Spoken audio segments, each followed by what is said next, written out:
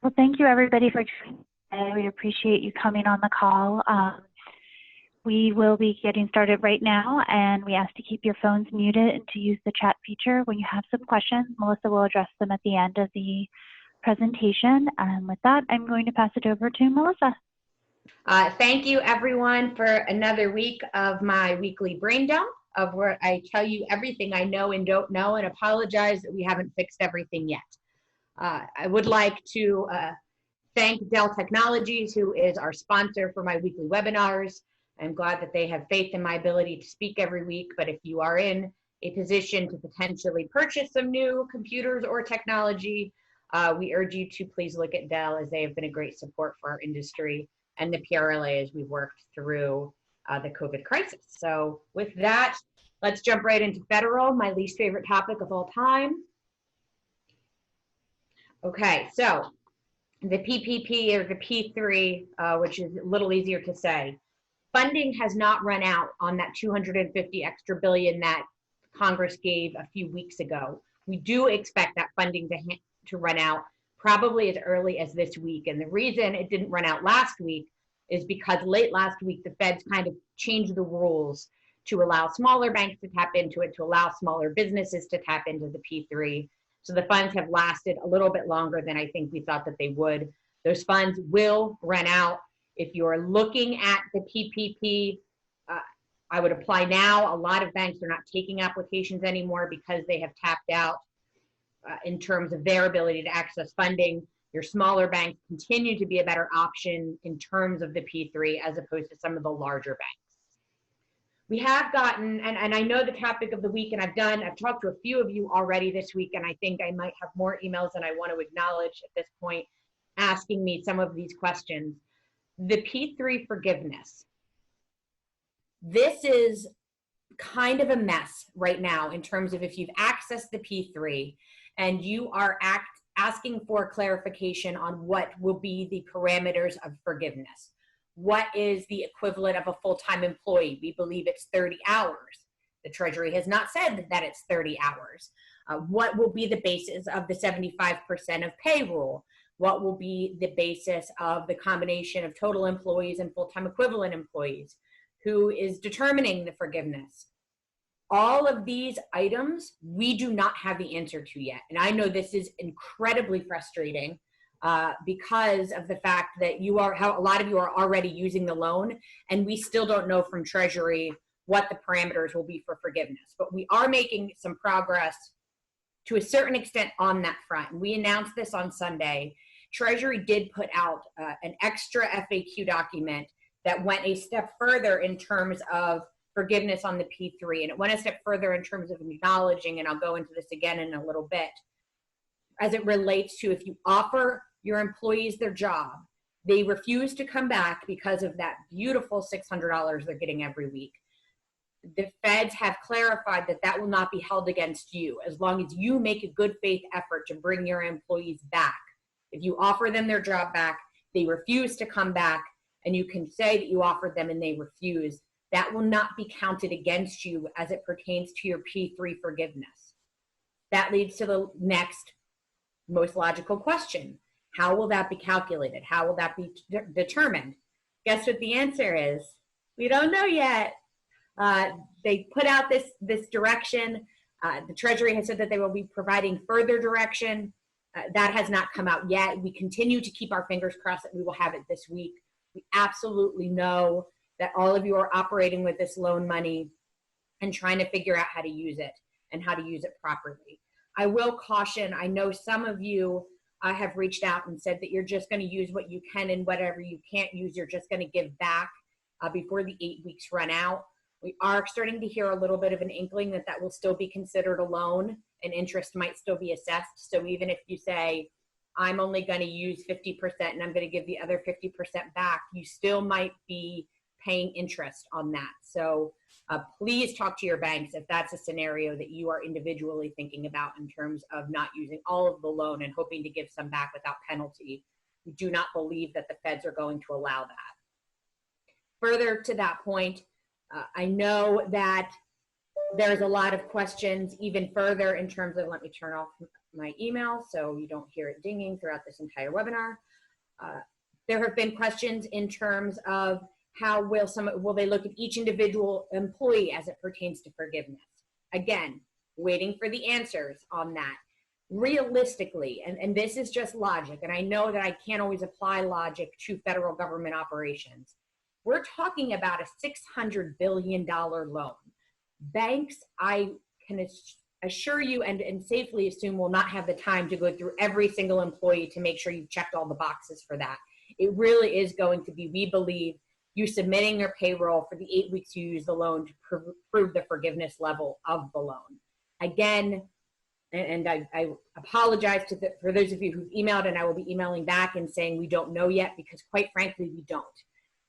I will say that what we're hearing from the Treasury is that they will make it a little bit more lenient in terms of forgiveness, but we don't believe they're going to move on the 75-25 rule. The Secretary has announced publicly that he believes the 75-25 was authorized in statute. We don't believe that is the case, but it does not seem that they're going to move from that. Now, what they could move is an extension relating to the use of the funds, and we're working through all of that as it is right now. I will say, and I'll cover a little bit of COVID 4.0 here. There is a lot of talk on the Hill of just, and this is all thanks to your outreach and your efforts in terms of reaching out to your congressional delegation and your members, is the fact that the P3 for our industry, it doesn't work. And it's infuriating because there are businesses that have tapped into it that are considered essential businesses. They're open and running, and they're using those loans to pay their employees, which should be exactly when you should be able to use the loans, when you actually have employees and you're open and you can pay them, and it actually helps with your cash flow. Congress is beginning to respond to that and speak to that, in the fact that the P3 has to be extended past June 30th, and or there needs to be more funding, or that 75-25 rule needs to be relaxed. All of those are discussions that are happening on the Hill right now. So please continue to keep the pressure on in terms of reaching out and calling offices and contacting our U.S. congressional members and our 2 U.S. senators as it pertains to that, because we really need to delineate that the hospitality industry cannot use the P3 in the current way that it's constructed. So another thing I just wanted to talk about, because we've been so focused on the on the P3 that we haven't really talked about the ERTC, and that's the Employee Retention Tax Credit. That is for businesses that do not utilize the P3. So if you are a 501c6 or a C4, or you just have decided that the P3 doesn't work for you because you're in hospitality and the P3 doesn't work for anybody in hospitality, you are able to utilize that Employee Retention Tax Credit. There is an FAQ document that went out earlier this week that clarifies that. If you took the P3 and you give it back before tomorrow, May 7th, all of the money from the P3, you can utilize the Employee Retention Tax Credit. So please keep in mind, if you can't use that, the initial loan, you can use the ERTC, and the ERTC can be combined with the EIDL loan. So that is an option out there for you. Just don't forget about that, because that is going to be somewhat helpful as it pertains to trying to keep on operating your business.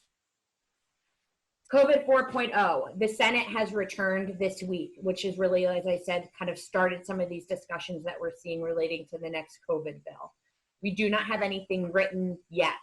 And as I warned you last week, I'm going to warn you again. The next COVID bill will not be like the CARES Act. It will not be quick. It will not be unanimous. It will not be full of all the money that we think it needs to be. We really are seeing some back and forth occurring between the House and the Senate and the Republicans and the Democrats. But we are continuing to focus in COVID 4 to extend that P3 funding if needed, get more relief to all of you, look at tax credits that you need to come out on the other side of it. It's really going to be a focus of ours to get you across the finish line as it pertains to reopening. And next slide. Okay, unemployment. Everybody's biggest headache in the world right now as it pertains to if you were lucky enough and fist pumping that you got the P3 and now you're running into a problem where your employees are saying they don't want to come back to work. We sent you on the state level, we did send you this week the Pennsylvania Department of Labor, the Unemployment Compensation Office did send an updated FAQ that reiterates that UC form, that unemployment compensation form that needs to be filled out if your employees do not come back to work. Further, the U.S. Department of Labor reiterated that if an employee refuses to come back to work, they are no longer eligible for unemployment. So that is also being reinforced from the Department of Labor. So it's kind of a catch up to that, as I said, the P3 FAQ that says if they refuse to come back, it won't be held against you, but they're also trying to make sure employees know that they need to come back. And it does seem that they are going to, it might take them a little while to look into it, but the burden is going to be on the employee to say why they can't come back. And they are clarifying that if an employee doesn't want to come back, it can't just be because they're scared of catching COVID. It has to be because they have an immune system problem where they're especially susceptible to catching it, or their kids are out of school and there is absolutely zero option for daycare. So it really is, if you offer a job back to one of your employees and they just say no thank you, the burden will be on them to try and prove why they should still be allowed to collect unemployment. So we are starting to see some of that pressure building up on the federal level, trickling down through the state level in terms of employees refusing to come back. And quite frankly, I do think that there is some recognition that if people don't come back when their job is being offered to them now, that job might not be available to them later, whether it's filled by someone else, or God forbid, you just don't reopen your business at the end of the day. And we recognize that as well. And we think that some of that dialogue and some of that information is starting to get out there too. But we are continuing, and that segues to the Senate hearings that I have on the slide right now. The Pennsylvania Senate, specifically the Pennsylvania Senate Republicans, have been very, very bothered by the entire COVID response in Pennsylvania. And to a certain extent, I think some of the Democrats have as well, in terms of the governor picking and choosing what is essential, what is not essential, the parameters being used in the reopening process. And every day they are having a hearing to talk about it. So on Monday, they had a hearing, as I said, relating to what is considered an essential and non-essential employee. Why are some counties opening and other counties with lower counts not opening? Just yesterday, there was a hearing specifically on unemployment compensation. And it really just is an effort to kind of hold feet to the fire in terms of the administration making the unilateral decisions that they're able to do because we are in a state of emergency, but also recognizing that maybe those decisions haven't been the best and maybe they haven't been followed through or explained as well as they should have been. And unemployment compensation, that hearing ran for almost 3 hours yesterday as it pertains to that. And that pressure is going to continue. Next slide, Eric. Okay. Let's talk about everybody's biggest headache. And the red to yellow, I gave you this is the stoplight reopening proposal as we know it. On Friday, as promised, the governor did announce 24 counties that will be permitted to reopen. I want to put reopen in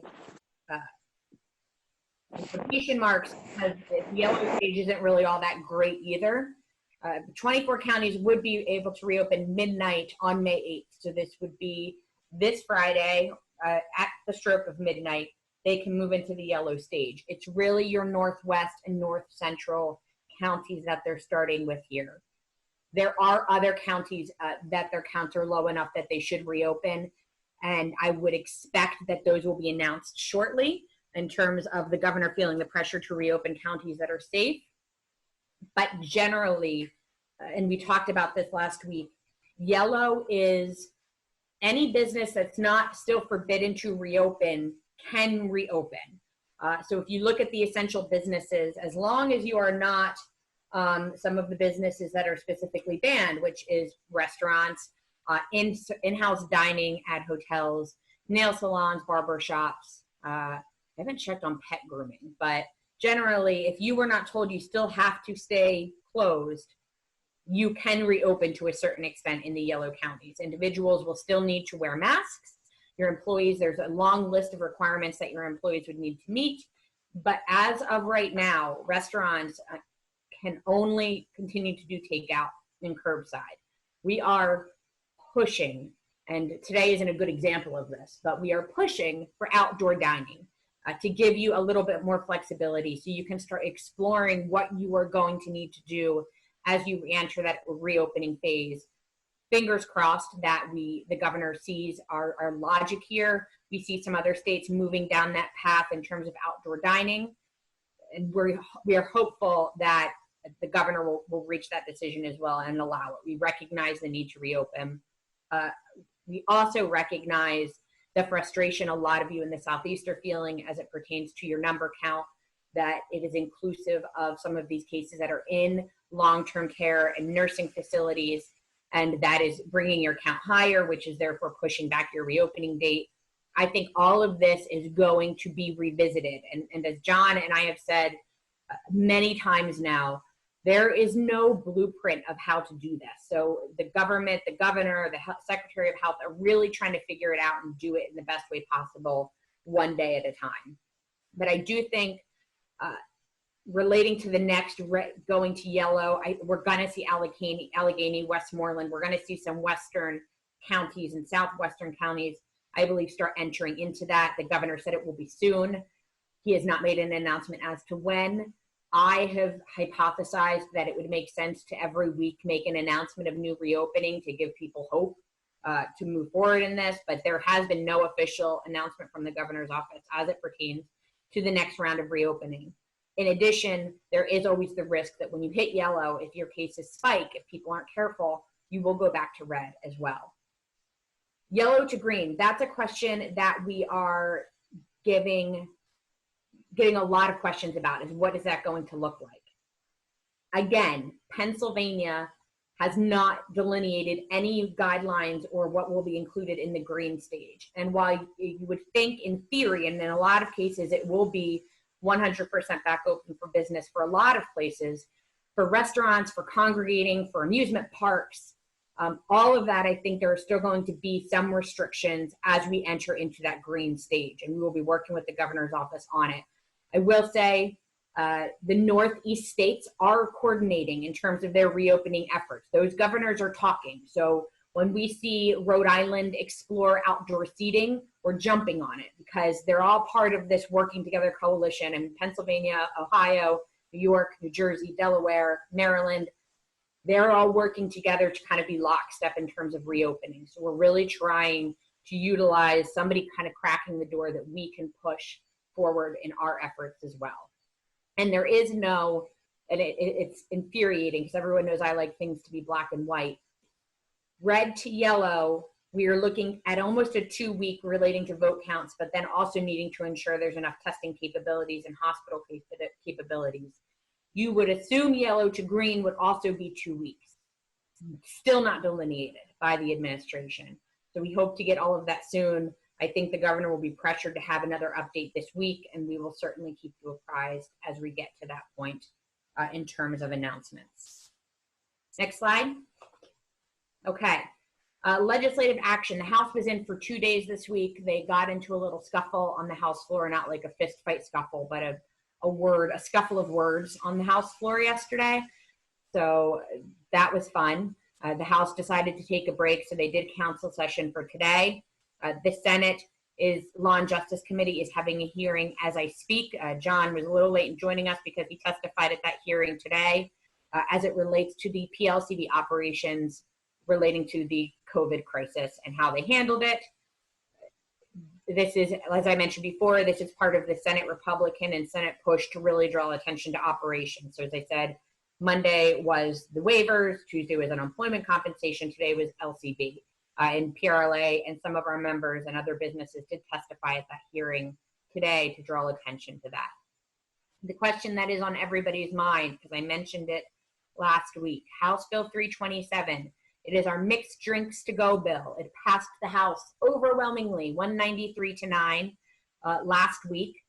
And the Senate has committed to moving the bill. the Senate was not in session this week, which is why we were not all getting margaritas to go last night for Cinco de Mayo. I was more upset than any of you, I promise you. But I will get my margaritas. I'm committed to this. We expect the Senate to return next week. The Senate is really not making session announcements far in advance. So we might not know until tomorrow or Friday when they're coming in, but when they do, they have committed to moving the bill. The bill will be referred to the Senate Law and Justice Committee, and we are being told that the governors will sign the bill when we send it to him. So if the Senate is in 3 days next week, we could get it to him as early as next Wednesday. Either way, if we have to go into another week, we do believe that we will get it to the governor and he will sign it. My LCB update. I guess the first one's good news and then the second one's a headache, which I feel is typical of a lot of my LCB announcements. So the state stores have reopened. 2 weeks ago, we announced that if you are a wine expanded permit holder, you can go to a licensee service center. You can order your special liquor orders only, your Othello wines, and pick them up at a licensee service center. This was only available to wine expanded permit holders. Thanks to the golf courses, so thank you for all my golf courses on the phone or on the call today, because you were allowed to reopen on May 1st, you needed some Jack Daniels and some Maker's Mark for people to drink on the course, which pushed the LCB to reopen all of the stores as it relates to product for licensees. We did send an alert out, I think it was on Thursday or Friday of last week, in John's daily update that delineates how you need to go about it. In the even red and yellow stage, all of those orders have to be placed via loop, and you have to schedule a pickup time with your store, but you are now able to go and get all product from the state stores as you are able. Now, you don't need spirits yet, but this is really to get the LCB ready for a time when you will be able to start selling mixed drinks to go, hopefully having outdoor seating, and you will need spirits for that as well. But at minimum on the mixed drinks piece, making those products available to you. And the last one, it's more of an FYI, and if this is happening to you, I'm going to urge you to reach out to me and let me know. On March 16th, because it's ingrained in my brain, when the LCB started shutting down state stores, they, in that announcement, reiterated that license renewals were not going to be processed during the time of the shutdown while the LCB was not up to full operations. With that, they would also be waiving late fees so that when you are able to renew your license, they would waive late fees as it pertains to that license renewal. Long-term, PRLA is looking to push that back further as it pertains to license renewals and figure out some way to help you all through that. But the problem that we're seeing now is that there might be a scenario if you did not renew your license and you go to place an order on Loop, that Loop thinks your license is expired even though the LCB says they're not requiring anyone to renew and won't let you place an order. The LCB thinks it's a one-off. We aren't entirely sure. District 4, I know, is having a few issues. So if you go into Loop and you place an order and you have any issues, please reach out to me and let me know. We are still trying to figure out. They did do a fix, but we just aren't sure who it is fixing and who it is not fixing. So if you are having any issues with that, please reach out to me. The LCB, their wholesale operations team has been incredibly responsive to the best of their ability as it relates to this. So please let me know if you have any issues on that front. And I think that's the end of my brain dump before questions. Right, Eric? Next slide. Yep. Yes, I'm done. Hope, is this you or? Yeah, sure. I can start. Surprise. Hello. We wanted to put up here some of the upcoming PRLA webinars that we have coming. Tomorrow we have something coming up about health and wellness solutions. It's being presented by United Healthcare Group. It's a really great session for you to check that out. It's talking about some great programs they have available that you could be pushing out to your employees right now. And then next week we have an HR-focused webinar on Tuesday, engaging with your employees during this period of down, and then also managing stress with mindfulness. So some techniques and some things to be doing for yourself and for your employees to be doing for themselves during this time since it's been so stressful. So we wanted to make sure you knew what was coming up. And of course, Melissa will be back next Wednesday. Thank you. Thanks, everyone. Sorry I was late today. You can watch the Senate hearing later today. It'll be available for streaming. And I would characterize at least our part of it, and we didn't hear what the PLCB said, as all of the senators that spoke were consistent in saying it was not good that the bureaucracy got in the way of small businesses succeeding. So everyone was in lockstep on that, which was really the point of the hearing, perhaps. And then some of the testifiers talked about, our members who testified on behalf of their businesses commented on the system, essentially, versus a privatized system. And again, this was along party lines. The Republicans said we should be talking about that. The Democrats said that's not something that we should be talking about at this point in time. It really wasn't probably the purpose of the hearing anyway, except to bring light to some of the issues with the PLCB. We kind of walked a bit of a fine line because we have to get the drink bill passed, and we want their support on that. We want their support on a few other things, but we did point out the difficulties that a lot of the decisions brought to our industry. So if you get a chance, watch it, but that's the overview without having heard the PLCB testimony, which is taking place right now. And you're seeing on the screen the same things we've been talking about, the Hospitality Assistance Response of Pennsylvania, HARP. Those are the direct cash grants to employees who are struggling right now, hospitality employees in Pennsylvania who are struggling. So we just started the text to HARP recently, text to give. So consider getting involved in that. Raised a good amount of money, a little bit over $100,000. We will give out as $250 grants as far as that goes to people that have already submitted applications. And then we'll keep raising money and hopefully be able to get out some more grants. Obviously, there's a huge amount of employees in need.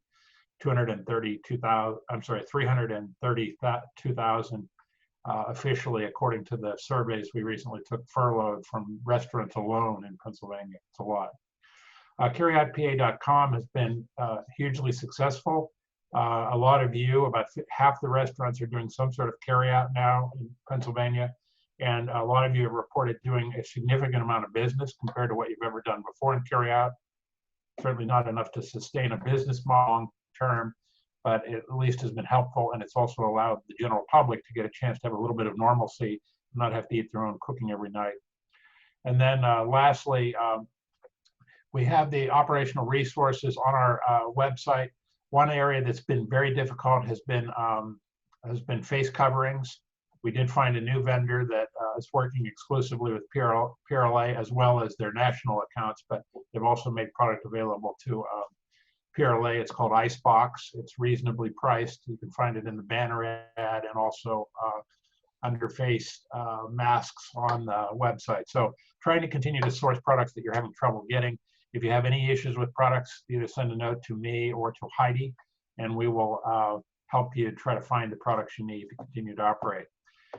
So with that, Melissa, I'll turn it back to you for questions. And if you need my help with any of them, feel free to dump them off to me.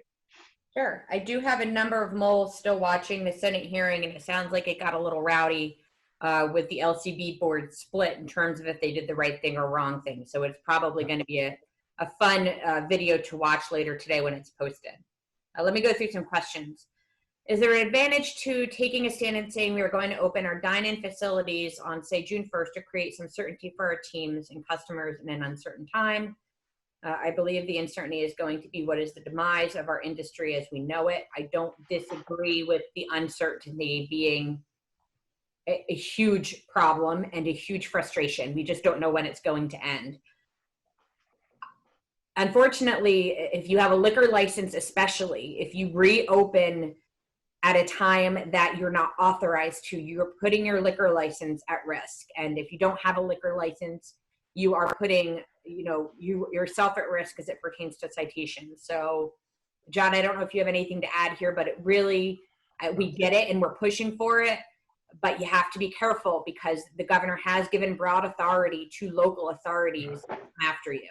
Yeah, you hit the nail on the head, Melissa. The huge difference in Pennsylvania, if you're a licensee, is that that's a huge risk to lose your liquor license. And everybody read the article about the Houston restaurateur that defied orders and opened his restaurant, and the local police said, we're not going to stop him, and so on and so forth. It's different because of the system in Pennsylvania.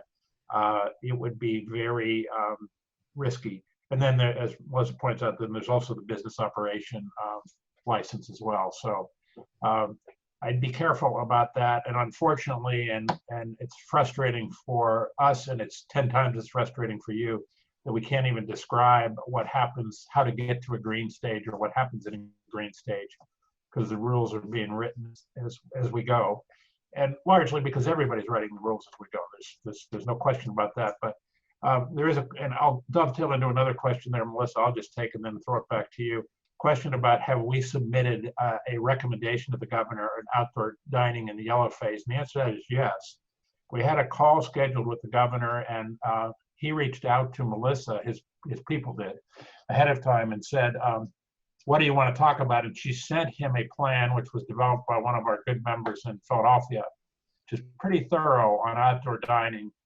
And we've also submitted the Pennsylvania Restaurant Promise and a few other things. So there is a information flow going on. I would stop short of calling it a dialogue at this point, but we're working to try to make it a dialogue. And Melissa, there's 19 states now that have announced restaurant openings, that they will be coming. They're not open yet, but they will be coming. There's plans. Only one is near us, and that's West Virginia. And their plan is to open just for outdoor dining initially. And then one other one has announced some experimental outdoor dining, which is Rhode Island. So we're trying to use these other examples to try to get something done in outdoor dining, number one, and number two, get at the table so we can help to set up realistic and yet safe standards when we do get to green for restaurants. So that's been our efforts on that regard. And Melissa, I'll turn it back to you for the more complicated questions. We'll see. Are you allowed to temporarily raise rate of pay for servers, bartenders, since the rate is too low for them to take this seriously? Or that disqualify me for forgiveness? You are allowed to include tips in your use of the P3.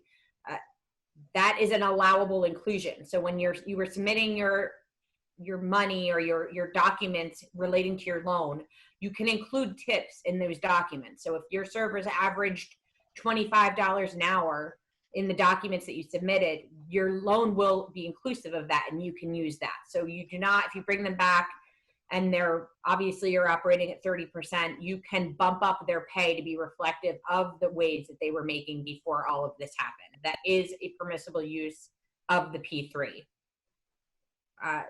Can we hire new employees to get to the FTE number needed for forgiveness? Yes. They don't care who is meeting that FTE requirement. They just want a body to meet that FTE requirement. Of course, if you might want to bring back past employees, but if they're not and you want to hire new, all of that equals the forgiveness as it pertains to the loan. They don't care who it is. They just need you to hit the number requirement of the P3. Let's see. Any update on the loss of income insurance bill in both the House and Senate side for the state? We continue to push on this. This came up in a hearing yesterday where the Pennsylvania Chamber was specifically asked about if they would support a bill. They were non-committal, and it was reflective, of course, of the fact that the Chamber does represent both sides of it. They represent the insurance companies in addition to the businesses that are impacted. We have a hard stop kind of in our faces right now as it pertains to the money and abilities of these insurance companies within the House and Senate. We are going to push and ask for movement of a bill, but all of the bills as introduced will probably not, if they are passed, which is a low percentage at this point, will not pass in their current form. And if I were to say something that is the most likely to pass, would be something that would pull in federal dollars and funnel it out that way, as opposed to insurance companies paying out. Unless we see some court rulings that say otherwise, we really, in addition to every other state that's tried to do this, we're really facing an uphill battle as it pertains to this. But we are pushing for it. We're pushing for some form of it. We understand that it is ridiculous that you haven't been able to tap into it, but these insurance companies have spent a lot of time, and as we know, they have trillions of dollars, hundreds of billions of dollars that they're sitting on, and they're using that to their advantage right now, which is making it difficult for us. Does the P3 have to be used by June 30th? Some approved P3 loans have not yet dispersed, which will put the loan period into August.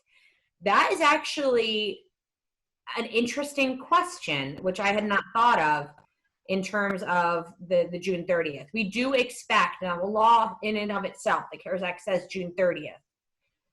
Could Treasury to a certain extent will probably have to push it back unless they try and have you backdate the use of the loan, which wouldn't make sense either. I think we'll see some either regulatory changes or a legislative change as it pertains to that. That's actually a good point. And we'll do a little bit more due diligence on that end of it. I know John touched upon the outdoor seating thing. What about to continue to go orders and have seats outside with no service? Department of Ag says no, in terms of it being part of your establishment. They don't want any type of outdoor congregating generally. Now, we've seen people that are sitting in the parking lot and are eating their food out there, but generally they are saying that nobody can be sitting at the outdoor tables, even if there is no service. It's the congregating piece that we're trying to overcome as we enter into the yellow stage. That could be an option as it pertains to outdoor seating. We'd like to push it a little bit further to allow service for outdoor seating, allow you to push that outdoor seating maybe beyond the licensed premises. But their interpretation right now is that there should be no congregating anywhere on the licensed establishment property. Regarding P3, SBA administrator appears to be saying that 75% of P3 money must be used for payroll, not just for forgiveness in general. This interpretation is in direct contravention of the language of the P3 loan documents. Any thoughts on this?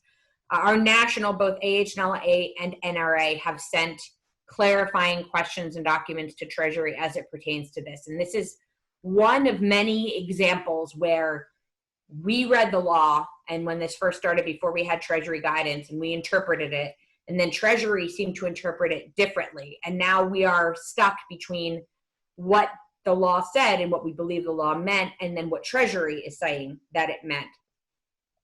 That is one of a number of things that we hope Treasury will come out with guidance this week on, especially as many of you are now entering your third and fourth week of using the loan. Let's see. Any info on the pandemic unemployment assistance? I'm not sure the question there outside of as it relates to Pennsylvania, anybody filing for unemployment, whether full unemployment or partial unemployment, is getting that extra $600 a week. If you are filing under the independent contractor, self-employed, gig worker piece, that was a huge focus of that Senate hearing yesterday, where there was a lot of pushback because a lot of those applications still have not been processed. And a lot of you, if you have filed for that, are going upwards of 8 to 9 weeks without any type of revenue. And the department did not have a clear answer as it pertains to that. Looking at the bigger picture, are you getting a sense that our congressional leaders are thinking differently with regards to the tourism budget? Maybe this is a time where they see the bigger picture. Gosh, Carl, I would hope so. My bigger concern is that they're going to look at the tourism budget and pull it into the general, that our paltry $4 million plus the money from the OTC loophole, which probably equals about $8 million. That my concern is that they'll try and pull it into the general fund as they're looking at a $4 to $5 billion deficit. We are going to push hard back on that, obviously, in terms of tourism is going to be huge and key in terms of bringing us out of this, in terms of tax revenue in the long term, in terms of getting us back on track. So I would love for them to see that this is a way that we should be funding tourism more. I think short term, our biggest concern is going to have to be protecting the dollars we have and then pushing forward in the future to get more revenue there. And to make matters even worse, the money that comes out of the OTC loophole was going to be almost nothing based on the fact that there's no hotel rooms being sold right now.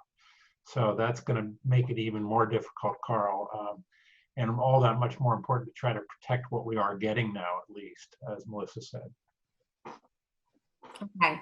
Some people who have seen articles on mixed drink to-go sales have asked about socially distanced parking lot dining with purchased drinks. Would that violate our approved selling footprint? That cuts two ways. So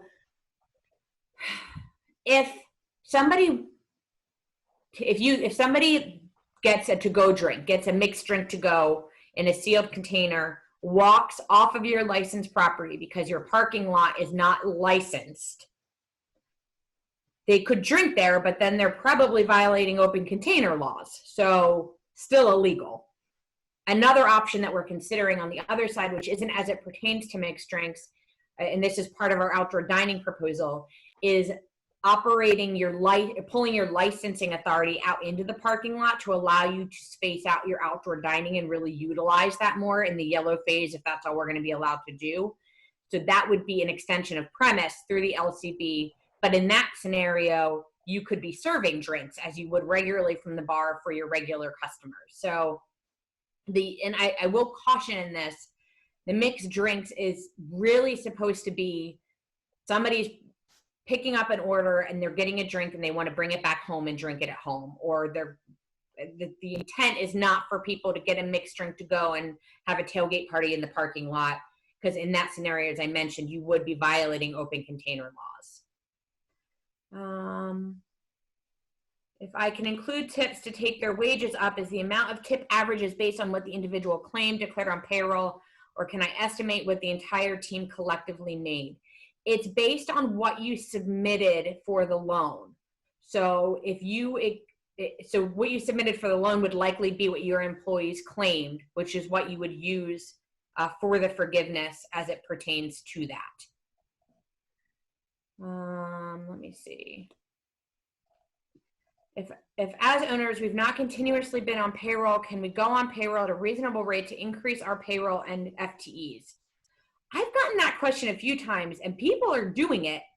So I have not heard that you can't, but we would need to check the FAQ on that in terms of if you've not been on payroll. I don't see why you couldn't, but I also want to do a little more digging on that front. John, I don't know if you have anything to add there. I think you're right, and it's a gray area. We have, if it's not in the FAQs, Mike, send either Melissa or me a quick note, and we can get a quick answer from our folks at the National Restaurant Association. Okay, but I agree with Melissa because you can add new employees to bring your FTEs back. Doesn't have to be the same ones. If you weren't on the payroll before you're a new employee, it would seem.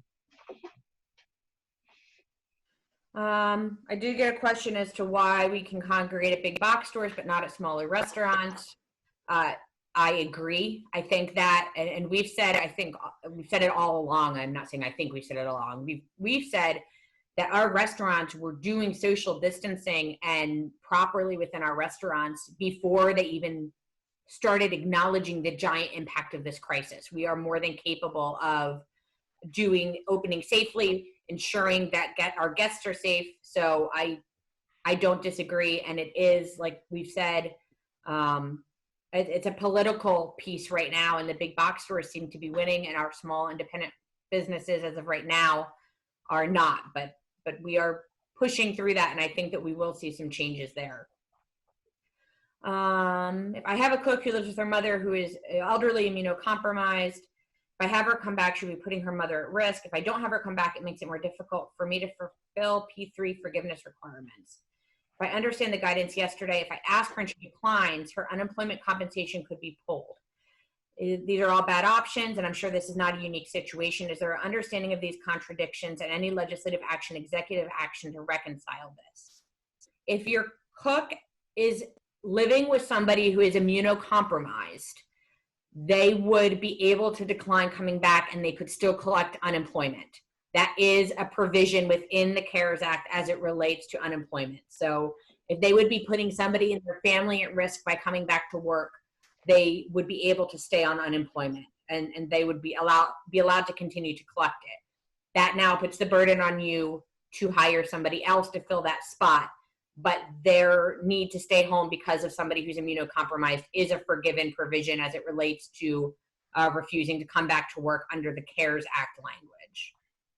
Hey, Melissa, how did the update from the Treasury affect that? Wasn't there something that if you could document that you try to get people to come back and they wouldn't come back, that somehow that could help you in your count? I don't remember exactly what it said. It just came out, what, 2 days ago? Yes, and you might have come in late for that part of my update. Okay. That provision, we're still, like I said, we're still waiting to see how that counts.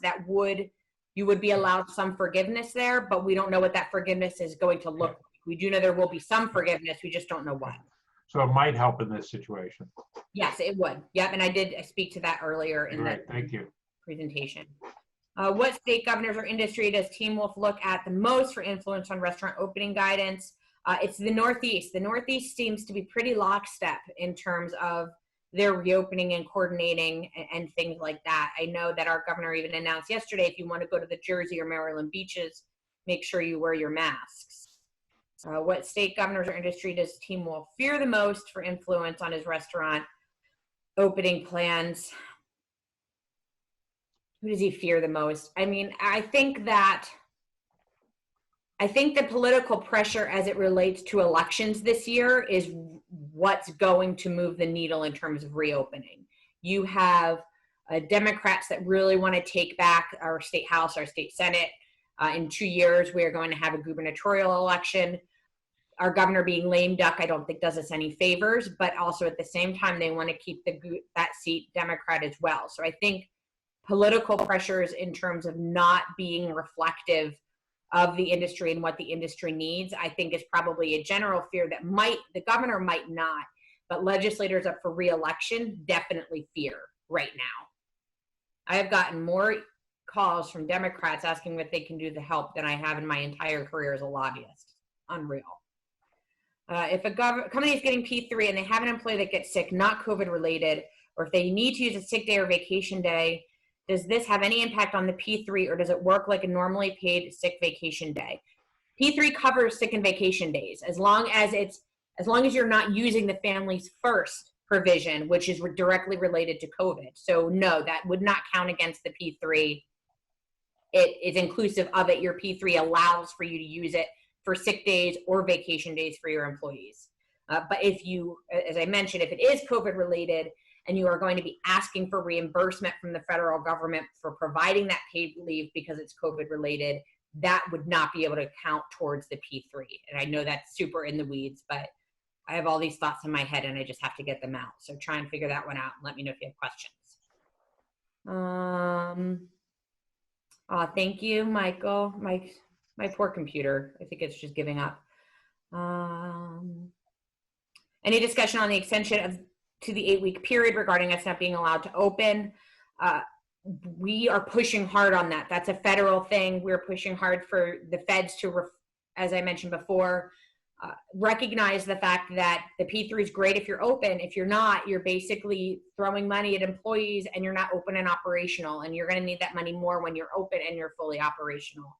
So we are pushing hard to move that June 30th date back to allow you to extend the use of those funds. Everyone has questions today. One of the things I've been wondering has to do with the operation of food and beverage businesses and the mask requirements. With the push towards possibly allowing outdoor dining in the yellow phase, what would be the logistics for how to accommodate that with those requirements? Obviously, patrons cannot enjoy food, drinks, while also wearing a mask. Any idea what the plan is for that? In our plan, we have said that they would wear a mask. Then when they sit at their table with their group, they could remove the mask. And we believe that that is a viable, safe alternative. They will be within their group. They will be socially distanced from other tables. So once they sit down, they would no longer have to wear the mask. John, any update on the PRLA 2020 Leadership Conference in June? Yeah, we actually postponed that some time ago. So you're probably asking what it's postponed to. We officially said we were going to reevaluate as we got through this. My thinking is, and Heidi and I talked about it this morning, is we may, even in the fall, have to look to doing a virtual conference. And I will say one of the advantages of doing it virtually, if you watch today's, I think it'll be in today's short takes, I interviewed Bill Cole yesterday, and he's doing virtual wine pairing dinners. And because of the fact they're virtual, he's had vintners from around the world on these on these pairing dinners that would never be able to come to Harrisburg otherwise. So it may actually enable us, well, it's not going to be as much fun as getting together. It may enable us to put together a real world-class session through having it all done virtually. So we're working that through now, but there's no official announcement on it right now. I'd be surprised if we're holding conferences this fall, which is where we had thought we would move it to. And we also, I mentioned that West Virginia is opening for outdoor dining. West Virginia has some really good, and I think it was Bob who asked about the details of our plan. We sent it as a starting point for a discussion with the governor. And I'd rather continue to fine tune it because it's not going to be what ultimately comes out.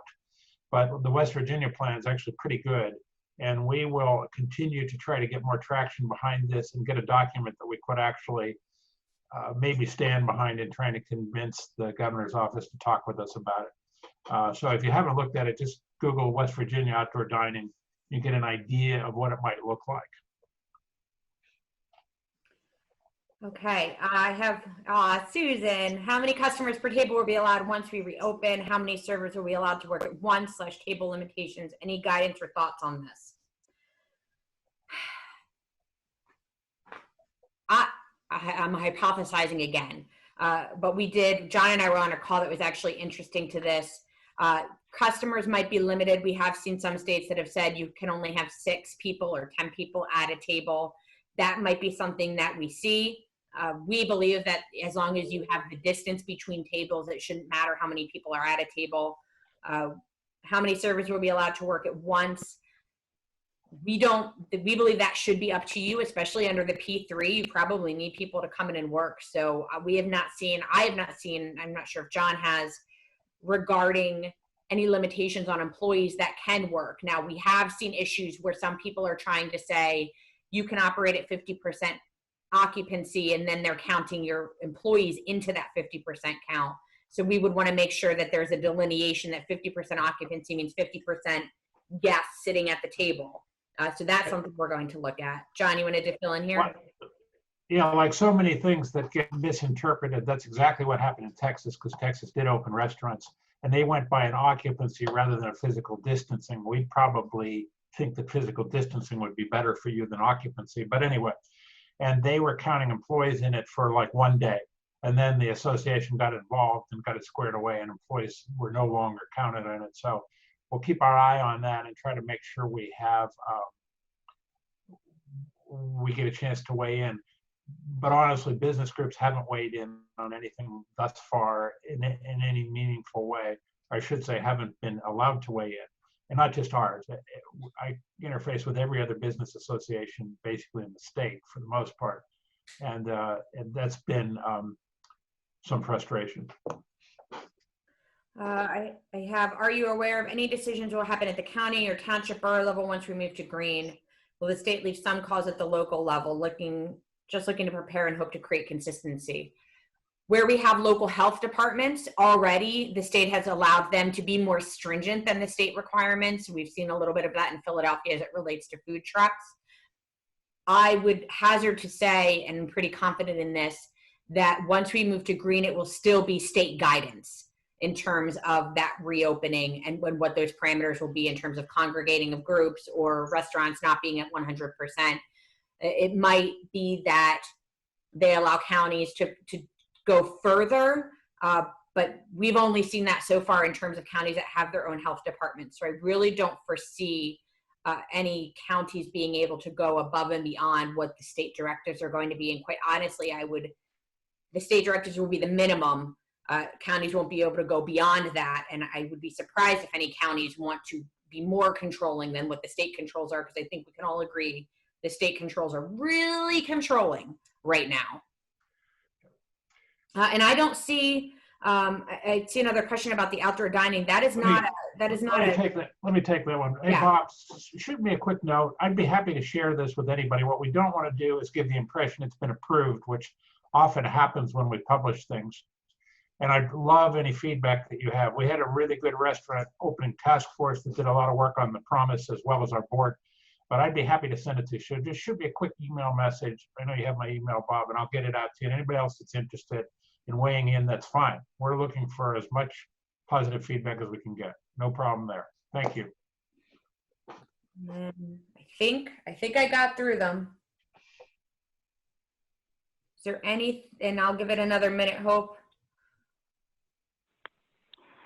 Sure, that sounds great. One more question just came in. Okay. Any idea on how bars will look after this? John, do you want to take that one, Melissa? Yep, I'm tired. Gene, one of the things that's interesting is that there's a lot of innovation happening right now. And you probably saw in the president's reopening plan, the first phase, restaurants can open with a lot of, and this again, this is the president's recommended plan. It's not what Pennsylvania adopted. Can reopen with some restrictions, quite a few restrictions, but bars had to stay closed. We're working to interpret that if this comes into Pennsylvania's plan to be a bar within a restaurant. If you have table seating, that certainly should not be closed, even though we might call your place a bar versus a restaurant.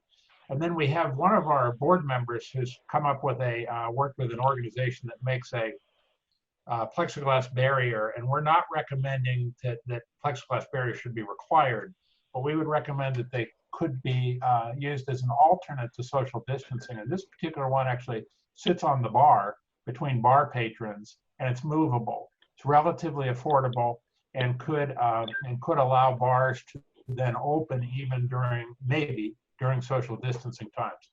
So we're looking for all those kind of alternatives that we can recommend. I have all the information on this particular divider. It's a pretty cool product, and with any luck, if we get into a point where we say bars have to remain closed, we say, if a bar is willing to either do appropriate social distancing by taking out stools or by putting this sort of device in, one or the other, could they be open? That's what we'll be working toward. And nothing's going to look the same. I don't think, my opinion, and a lot of smarter people than me have said this too, until there's a vaccine. So it's going to be really rough in the meantime. So everything we can come up with to try to provide some relief we're looking for. And like I said, we have a very resilient, strong industry, and we're getting a lot of good ideas from folks like all of you. Bob also mentioned caterers. This is, of all the unanswered questions, which there are a myriad of, there's more unanswered questions about banquets and catering than anything else. Consequently, we pulled together a catering task force, and Bob, if you want to be included on that, just let me know in your message. Glad to have you on the team. And they're trying to figure out some standards that under which catering might reopen that we again could recommend. We're getting a document from New Jersey right now that's been put together to start as a basis point, and the group is meeting again. I believe it's next Friday. Heidi Howard is organizing it, and they'll review that document and come up with some ideas. It's a big unknown for sure, and we could use all the help we could get in that from real operators that are having to deal with it. By the way, we've done the same thing with events and venues, music events and venues, and that task force meets, I believe, this Friday. So that we're trying to cover each of the different aspects of the industry: hotels, restaurants, catering, destination marketing organizations, tourism, events, venues. The events venues one, we've already had like 60 people sign up to participate in the call. So if you want to get involved in that, Bob, let me know and we'll get you on the task force. Okay. Any other questions? I can vouch that Macy's over it. So she's about done. I don't know if there's any other questions before she starts snoring.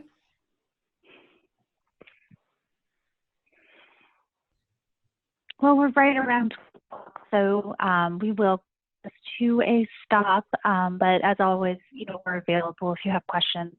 In this webinar, this recording will be sent out later on this afternoon and will be up on our website. Thank you to John and Melissa for presenting this information, and to all of you getting on the. And thank you, Eric, for. Everybody have a great day, and we will see you soon. Bye-bye.